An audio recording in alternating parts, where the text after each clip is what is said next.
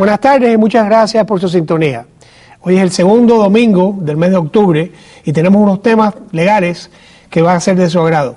Pero antes de empezar el programa, quisiéramos saludar muy especialmente a los estudiantes de séptimo y octavo grado de Rockway Middle School y a las profesoras Mrs. Trumpeter, Mrs. Windich y Mrs. Salazar. Esos jóvenes que están ahí en la pantalla están estudiando periodismo y gracias al doctor o al señor Archie Cohen, nuestro director, han sido partícipes de este programa. Muchas gracias, estudiantes, y muy buena suerte en el colegio. Ahora vamos a hablar de un tema que desde los tiempos de Shakespeare se hablaba. En una obra, el gran dramatista Shakespeare dice que lo primero que había que hacer para tener una sociedad con orden era matar a todos los abogados. Aquí como invitado tenemos hoy a un abogado que me honra la presencia aquí porque él viene el segundo domingo de todos los meses, y cuando hablamos de abogados, el mejor elogio que se le puede dar a un abogado es que es abogado de abogados. Y tenemos aquí al doctor Jorge Duarte. Bienvenido, doctor. Gracias, Luis. Y ahora, siguiendo la cita de Shakespeare, primero quiero felicitarlo y quiero aludir a un artículo que a usted le publicaron en un colegio que se llama The Abogados News. El artículo que se nombra los honorarios de los abogados está escrito por usted, está ahí en la pantalla, y le voy a pedir que nos hable de ese artículo en el cual usted habla de cómo, para que las personas sepan cómo se calculan los honorarios que existen y dónde reclamar si le cobran de más. Y muchas gracias al director Chicoy por poner eso en la pantalla. Luis, una de las cosas más aterrantes para un consumidor es encontrarse en una situación legal, en un problema legal, y no saber a dónde ir, cuánto le va a costar y cómo le va a cobrar el abogado. Sabe que tiene la necesidad de un servicio legal porque es una situación que necesita un abogado para guiarla o quizás litigarla, pero no conoce cuánto le puede costar, cómo puede salir la situación, cuáles son los parámetros de la representación. Entonces, por lo tanto, me pidieron que tratara ese tema y con mucho gusto lo he tratado. ¿Y lo compartes aquí con nosotros? Lo comparto con todos hoy y también con la cooperación y la asistencia del Florida Bar. Bien, déjame hacerte la primera pregunta. Por lo general, las personas saben que cuando van a un abogado le va a costar caro. Entonces la pregunta que cae de eso es, ¿cuáles son las normas que regulan los honorarios de los abogados y cómo se calculan? Primeramente te quiero decir que los servicios legales y el cobro de los servicios legales tiene que tener relación económica al beneficio que está sacando la persona. Si uno ve que un abogado simplemente está ahí para cobrar y no le está prestando el beneficio que necesita el caso, entonces debería quizás mirar otra opción. Pero generalmente los servicios legales se cobran debido a la dificultad de la tarea legal, el tiempo que se va a desempeñar por el abogado y la experiencia que pueda tener un abogado en esa tarea en general. Explíqueme, porque veo que hay diferentes factores. La dificultad de la tarea, pero el abogado no se supone que sepa todo eso. No, todos los casos son diferentes y algunos llevan más tiempo que otros, son más difíciles que otros. Y entonces un abogado, por ejemplo, realiza investigaciones de los hechos, de lo que sucedió. Eso lo hace obteniendo documentos, entrevistando testigos. También realiza investigación legal, cuáles son los precedentes legales, cuáles son los estatutos que se aplican a la situación.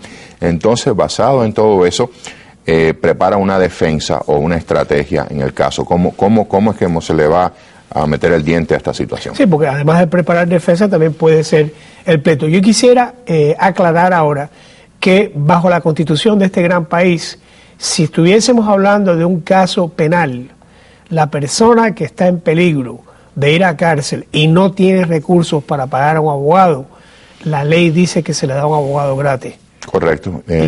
Yo fui ex fiscal y una vez que en peligra la libertad de la persona es cuando entra el derecho a un abogado, y si no lo puede pagar, pagado por el Estado. Entonces estamos hablando de casos que no tienen que ver con esa situación.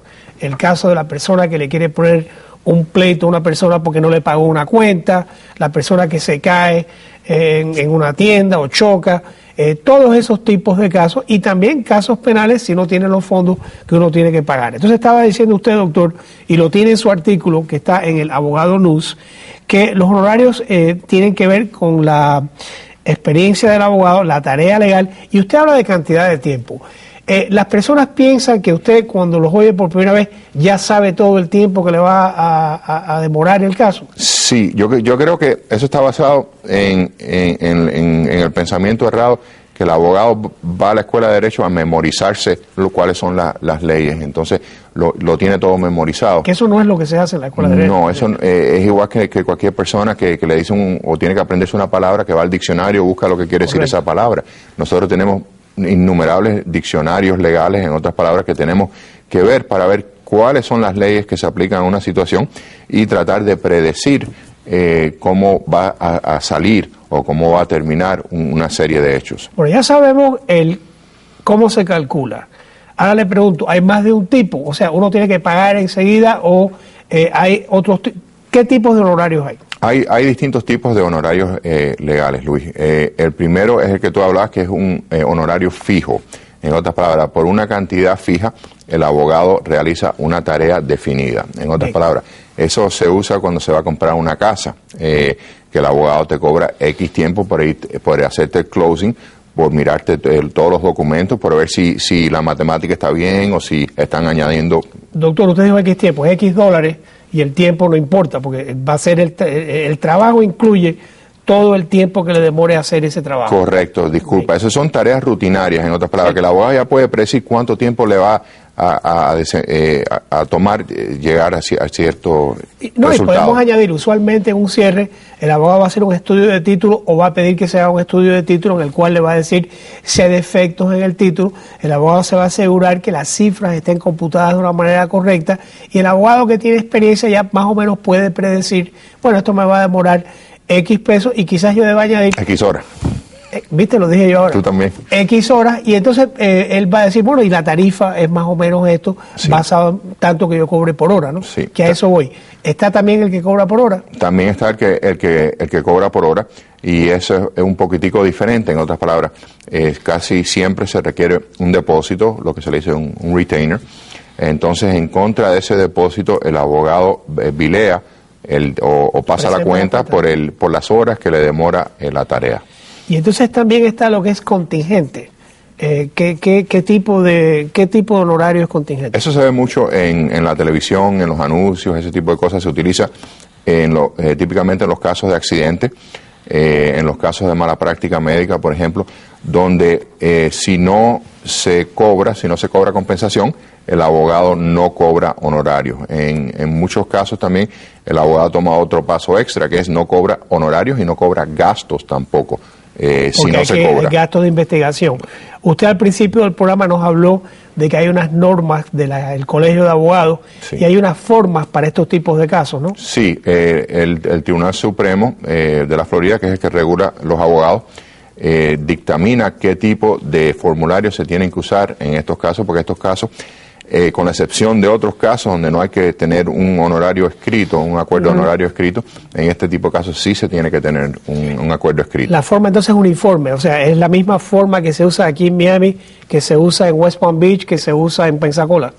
Sí, en toda la Florida es uniforme y lo primero que se le entrega al cliente es la carta de derechos del cliente. Declaración de derechos del cliente. Y eso yo siempre digo a los clientes que la lean con mucho cuidado, porque le dicen al consumidor, al cliente, cuáles son los derechos con respecto al abogado. Y también está escrito en el contrato cuál es el porcentaje de los cobros y cómo se... Sí, típicamente los cobros que se ven son la tercera parte de los recuperados sin tener que ir a corte. Una vez que se presenta el caso en corte, y se contesta la demanda, entonces sube al 40%. Si tiene que haber alguna apelación o tiene que haber algunos otros procedimientos después de que se obtenga un decreto final, algunas veces se ve que sube al 50%. Eso es el primer millón. Cuando se habla del segundo millón, los porcentajes